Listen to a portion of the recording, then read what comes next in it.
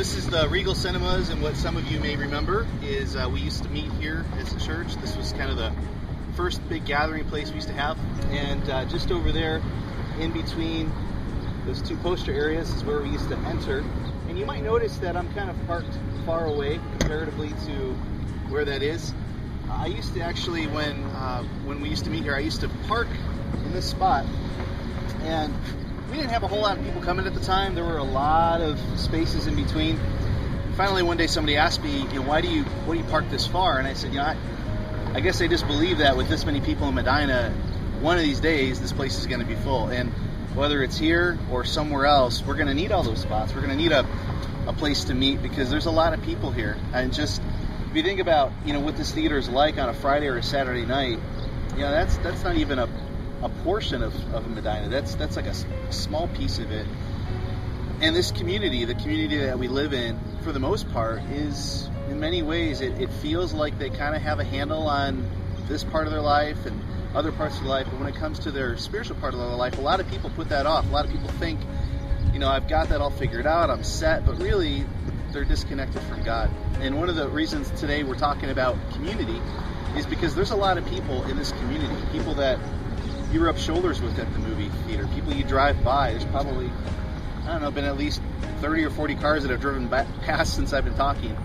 So how many of those people are we supposed to care about? How many of those people are we supposed to actually let God break our hearts for? Because it's a lot. I mean, can we really fathom letting God break our hearts for every one of those people to the point where we actually want to do something about it? Or would it be more just convenient to treat our faith like entertainment?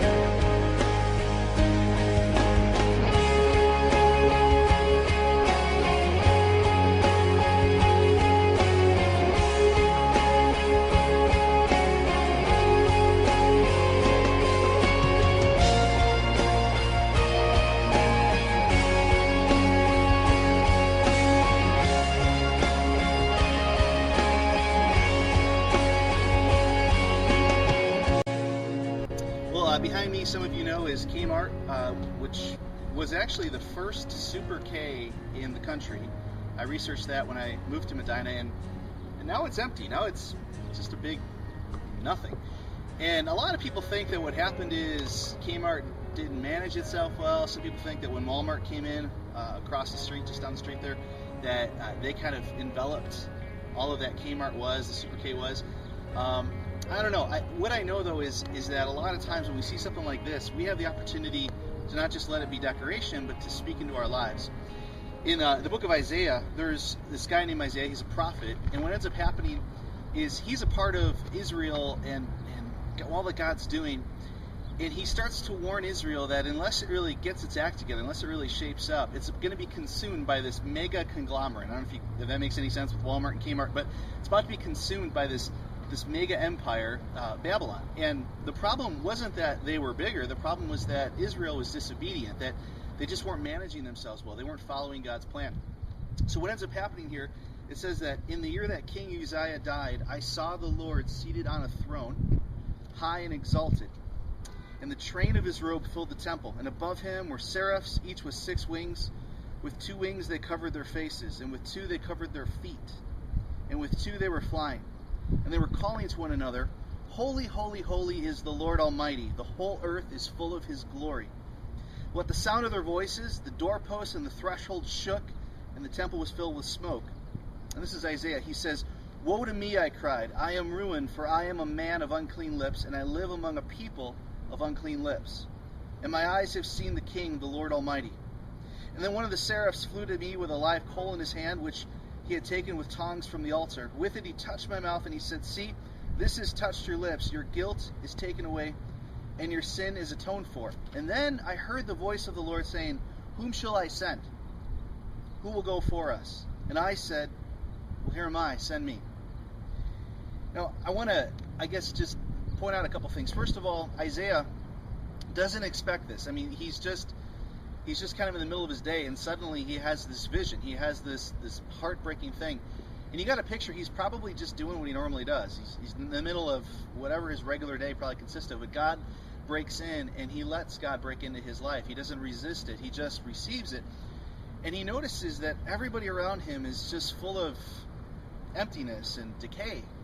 But the first thing he doesn't say is, oh, look at all those people. He says, woe am I. I am a man of unclean lips. I got to get my life right. And I live among people who got to get their lives right too. And I think sometimes we skip over that step. We go straight to how awful the world is, how bad our politics are, how bad the economy is. And you see a lot of attack ads on TV, one politician picking on another.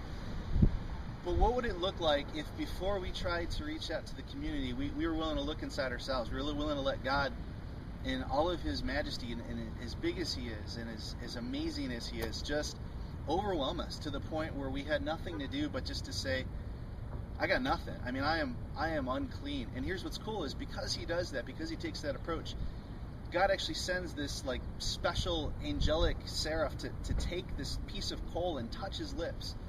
And he actually becomes a man who is now able to speak truth because he's let God overwhelm him. So I just want to throw this out because it's a whole lot easier to just be a Christian in terms of your morality. It's a whole lot easier to try to look different than your neighbors and to look different than other people. But to actually say, you know what, I am unclean. And I want to do something in my community. I don't want my people to end up closing shop. I don't want God's movement to end up becoming a once was. And so, where in your life, just a gut check, where in your life do you need to just confess, I am a person of unclean lips, and while I would love to change the world, I need to let God change me first. Then I can be available to touch my community.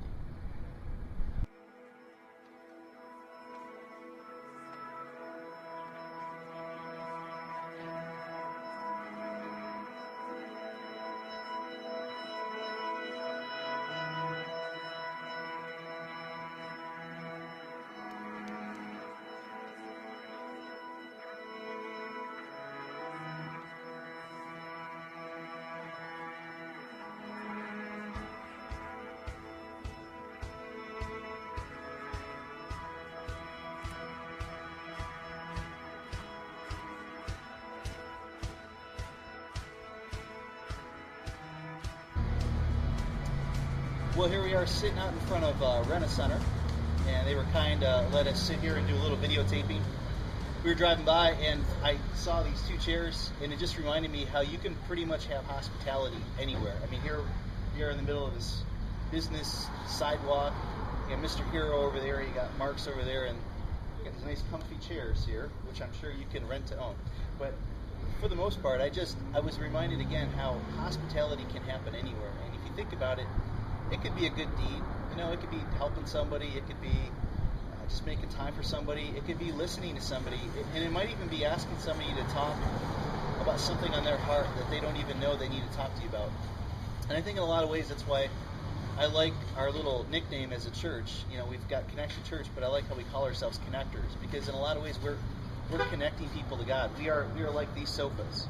They're sofa chairs, pardon me. We're like these sofa chairs. We're just setting up shop in the middle of anywhere and trying to make these connections. And it reminds me again of Isaiah, who's willing to say, here am I, send me. There's needs all around me, and I'm willing to be a part of meeting those needs, of being hospitable. And so just, look at these chairs. I'm going to stand up, and we're just going to kind of give you a second to think about, what do these chairs look like where you live, in your community?